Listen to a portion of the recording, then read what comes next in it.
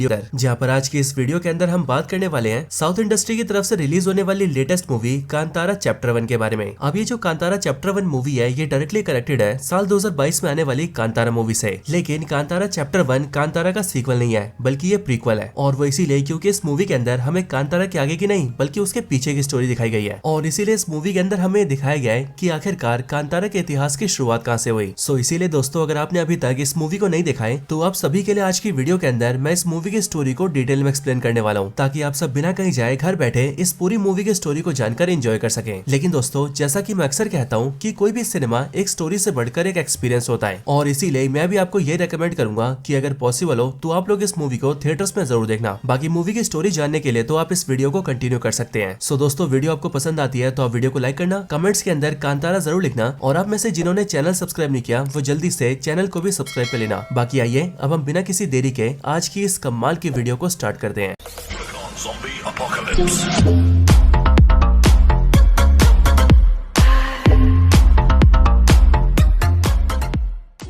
तो दोस्तों, जो कांतारा शब्द है उसका मतलब होता है एक मिस्टीरियस जंगल, यानी कि एक ऐसा जंगल जो कि कई सारे रहस्यों से भरा हुआ है। और इस मूवी के नाम की तरह ही हमें इस मूवी के अंदर भी कांतारा नाम का जंगल दिखाया गया है, और इस कांतारा के आसपास ही पूरी स्टोरी रिवॉल्व करती है। सो इसीलिए चलिए अब इस मूवी की स्टोरी को जानना स्टार्ट करते हैं। अब दोस्तों, इस मूवी की स्टार्टिंग होती है आज से कई हजार साल पहले से। इस इतिहास के समय में हमें पता लगता है कि ईश्वर ने अपनी मर्जी से पंजुर्ली देव और गुलिका देव को धरती पर भेजा था, जिसके बाद जब ये दोनों देव जिस जंगल में आए ये वहाँ आकर उसी जंगल में वास करने लगे, और फिर उसी जंगल का नाम पड़ा कांतारा। अब दोस्तों, हम ये देखते हैं कि कांतारा एक काफी बड़ा जंगल है, लेकिन इसी जंगल के बाहर एक काफी बड़ा साम्राज्य है, जिस पूरे साम्राज्य को एक राजा रूल करता है। अब इस राजा का नाम होता है राजा विजेंद्र। लेकिन ये विजेंद्र एक काफी क्रूर राजा होता है, जो कि न सिर्फ लोगों के ऊपर जुल्म करता है बल्कि उसके साथ ही ये राजा हर उस चीज को हासिल भी कर लेता है जिसे ये हासिल करना चाहता है। अब इस राजा का जो बड़ा साम्राज्य होता है उसका नाम होता है कदम्ब, और ये कदम्ब एक ऐसा इलाका होता है जिसके एक बगल में कांतारा नाम का जंगल होता है और उसकी दूसरी ओर समुद्र से घिरा होता है। एंड समुद्र से लगा होने की वजह से यहाँ पर काफी सारा व्यापार होता है। लेकिन अक्सर यहाँ पर जो भी बाहर के लोग व्यापार करने आते हैं उन्हें अपने काम के लिए कई सारे गुलामों की जरूरत होती है, और इसीलिए कदम का जो ये राजा होता है यानी कि राजा विजेंद्र, वो अपने आसपास के सारे एरिया के गरीब लोगों को पकड़ लेता है, और पहले तो उन्हें मार पीट कर उन पर जुल्म करता है, और उसके बाद उन्हें विदेशों को बेच देता है, और इसी तरह से गरीब लोगों को बेचकर ये राजा काफी मुनाफा कमाया करता है। अब इन सब के आगे एक दिन राजा समुद्र में नहाने जाता है, लेकिन समुद्र में नहाते हुए वो ये देखता है कि समुद्र के दूसरे कोने पर एक बूढ़ा आदमी बैठा है जो कि वहाँ पर मछलियां पकड़ रहा है। अब असल में दोस्तों, वो बूढ़ा आदमी कांतारा से होता है, एंड उसका नाम होता है मैकारा, जो कि उस टाइम पर मछलियां पकड़ने की कोशिश कर रहा होता है ताकि वो उसे खाकर अपना पेट भर सके। लेकिन ये राजा विजेंद्र बहुत ज्यादा क्रूर होने के साथ साथ गरीब लोगों से नफरत भी करता है, एंड इसीलिए राजा को ये बात बर्दाश्त नहीं होती कि जिस समुद्र के अंदर वो नहा रहा है उस समुद्र के अंदर ऐसा गरीब आदमी मछली कैसे पकड़ सकता है। और अब इसी बात से गुस्सा होकर राजा अपने सैनिकों के द्वारा उस बूढ़े को पकड़वा लेता है, और वो मैकारा नाम के बूढ़े आदमी को मारने के ऑर्डर्स देता है। लेकिन जैसे सैनिक उस बूढ़े को मारने ही वाले होते हैं कि उसी टाइम पर हम ये देखते हैं कि उस बूढ़े आदमी की जेब से कई सारे मसाले गिर जाते हैं। उस गिरे हुए मसाले को राजा देख लेता है, और इसीलिए जैसे वो उसे अपने हाथों में लेता है वैसे राजा ये समझ जाता है कि वो इन सारे मसालों को विदेशियों को बहुत ही महंगे दामों में बेच सकता है, और ऐसा करके राजा का व्यापार और ज्यादा बढ़ सकता है। अब इसीलिए राजा उस बूढ़े आदमी से पूछता है कि आखिरकार वो कौन है और उसे ये सामान कहाँ से मिला। ये बातें सुनकर मैकारा नाम का वो बूढ़ा आदमी राजा को ये बताता है कि वो असल में कांतारा नाम के जंगल में रहता है, और उसके उसी जंगलों में ये सारे मसाले उगते हैं। अब दोस्तों, ये जो कांतारा जंगल था वो राजा के साम्राज्य के बिल्कुल सामने ही था, लेकिन एक जंगल के अंदर से राजा को क्या ही मिल सकता है ये सोचकर ही राजा ने कभी भी जंगल के अंदर कदम नहीं रखा था। लेकिन आज के दिन जैसे ही राजा को ये पता लगता है कि कांतारा कई सारे रिसोर्सेज से भरा हुआ है, वैसे ही राजा ये प्लान करता है कि वो कांतारा जंगल जाएगा और पूरे जंगल पर अपना कंट्रोल कर लेगा। अब इसी राजा विजेंद्र का एक छोटा बेटा भी होता है जिसका नाम होता है राजशेखर, और अब इसीलिए राजा अपने छोटे बेटे के साथ अपनी पूरी सेना लेता है और सीधा घुस जाता है कांतारा के अंदर। लेकिन दोस्तों, जैसे ही राजा अपनी सेना के साथ जंगल में थोड़ा अंदर जाता है वैसे ही उसे अपने सामने पंजुर्ली देव के दर्शन होते हैं, और पंजुर्ली देव उसे संकेत देते हैं कि वो जंगल में और अंदर नहीं जा सकता है। लेकिन राजा इस बात को ना मानकर और भी अंदर जाने की कोशिश करता है, जिसके रिस्पॉन्स में हम ये देखते हैं कि उस जंगल के अंदर बहुत सारे सांड आते हैं, और वो देखते देखते राजा के सारे सैनिकों को कुचलकर मार देते हैं। लेकिन राजा ये देखकर भी रुकता नहीं है और वो और अंदर जाता है, जिसके बाद खुद पंजुर्ली देव सामने आते हैं और वो राजा को जान से मार देते हैं। और दोस्तों, ऐसा इसीलिए क्योंकि पंजुर्ली देव को ये पता होता है कि ये राजा विजेंद्र बहुत ही बुरा और